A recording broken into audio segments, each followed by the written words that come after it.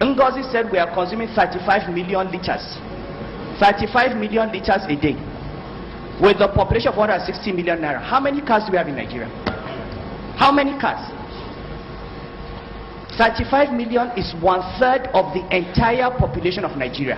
How many cars do we have? It is not true. Some of those LCs that are established, you know, go and talk to Nimasa. The ship comes on the sea. Vessels go, offload from the sea, take the petrol to Cameroon and to Benin.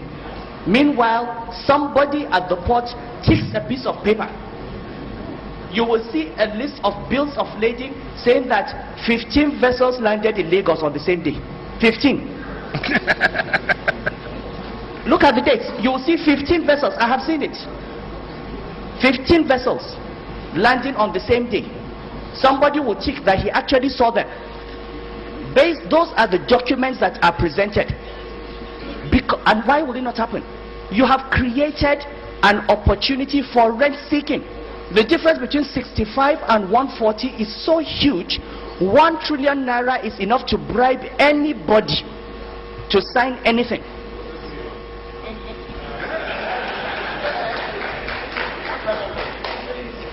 Okay, I'm ready to believe that 1 trillion cannot bribe Olisa. Maybe you need 5 trillion. The point I'm making is that we talk about corruption.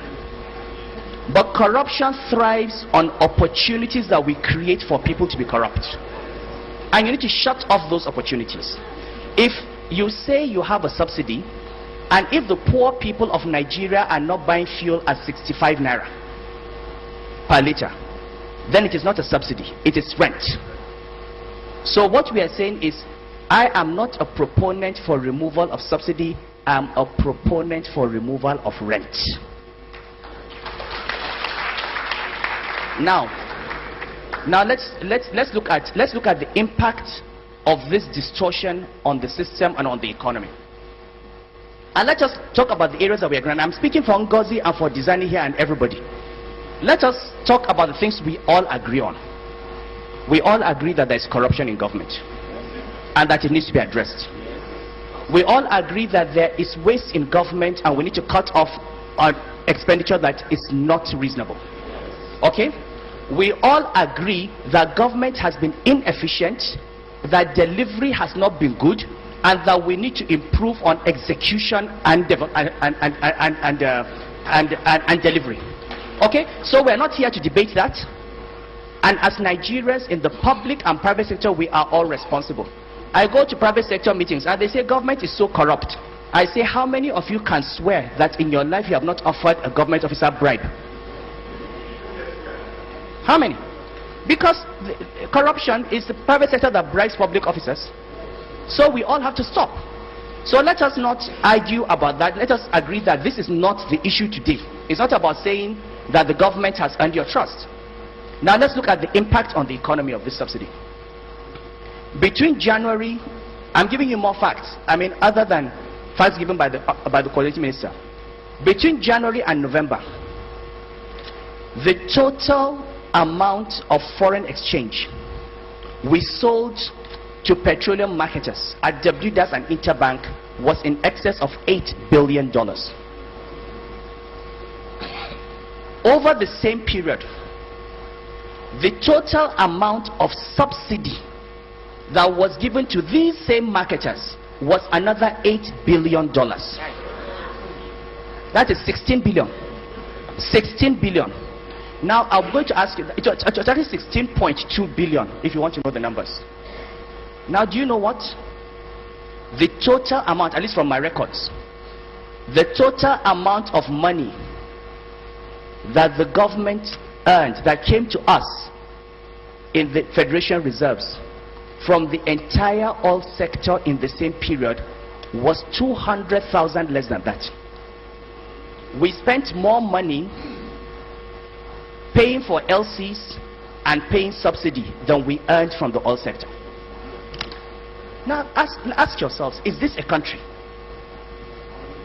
Is this an economy? You're borrowing, we have spent 1.4 trillion naira, 1/3 1/3 of total government expenditure subsidizing petroleum products. I'll give you another number. Ngozi has given you reserves per capita. Issa Aremu said, let's talk about production. Let's talk about production. We produce 2.2 million barrels a day. With our population of 160 million, every day Nigeria produces 1 barrel of oil for 80 Nigerians. Okay? 1 barrel for 80 Nigerians. Look at all the other OPEC countries. The nearest to us is Algeria, which has 1 barrel for 30. And Algeria is a gas producing country. Saudi Arabia produces 1 barrel of oil for every 3 citizens every day. Okay? Now, you produce 1 barrel for 80. Your share of revenue of that barrel is maybe 50%. So you can, for effectively say it's 1 barrel for 160 Nigerians. They need power. They need infrastructure. They need medical care. They need food. You need to pay salaries. Women are dying every day in childbirth.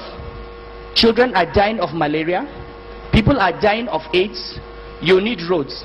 You need petroleum subsidy. Please give me your hierarchy of priorities.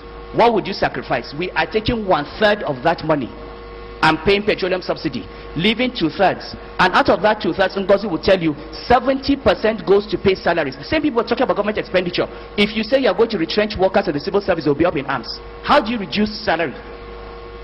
How do you reduce the salary bill?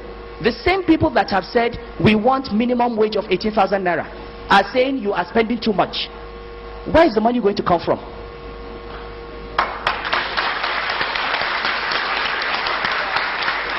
To pay those salaries, to maintain those civil servants, to provide health care, you need to free up resources. I mean, this is what economics is about. Now, to come and tell me that there's going to be hardship and difficulty is not an economic argument. The economic argument is to say, this is the cost of removing subsidy. What is the cost of not removing it? And let me tell you something. This government can continue paying this subsidy to 2015. It will not come down. But the next government will be saddled with a debt burden that it cannot maintain. And the Greece situation would be nothing compared to where we are. So, to think that, you know, these decisions are not easy. Europe today is facing a crisis. In 2008, the price of oil crashed from $147 a barrel to $40. Up to the week to $37. Up till 2 weeks, 3 weeks before then, I was in Washington in the World Bank meeting. They had different models and projections. Oil price will never fall below $85 a barrel. It came to 37. The only reason this economy continued growing was that we had reserves of $62 billion, which are now down to 30. That was a shock absorber.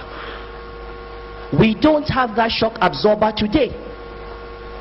If the oil price crashes again by 30-40%, if the naira goes to 200 naira to the dollar, when you can no longer pay salaries, when inflation goes to 18% because of monetized, we have printed money, then we will know what a crisis is.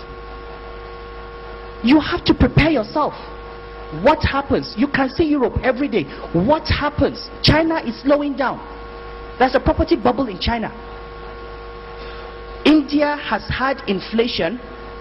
The Reserve Bank has increased rates 12 times. Inflation has not come down. Brazil is slowing down. All the countries that provided the engine of growth in 2008 are in slowdown mode. Do you know what we are facing? Are you in this world?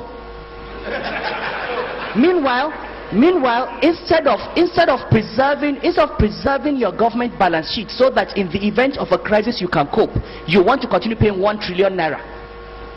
1 trillion naira in subsidy. To who? To who? No, sorry. No, wait.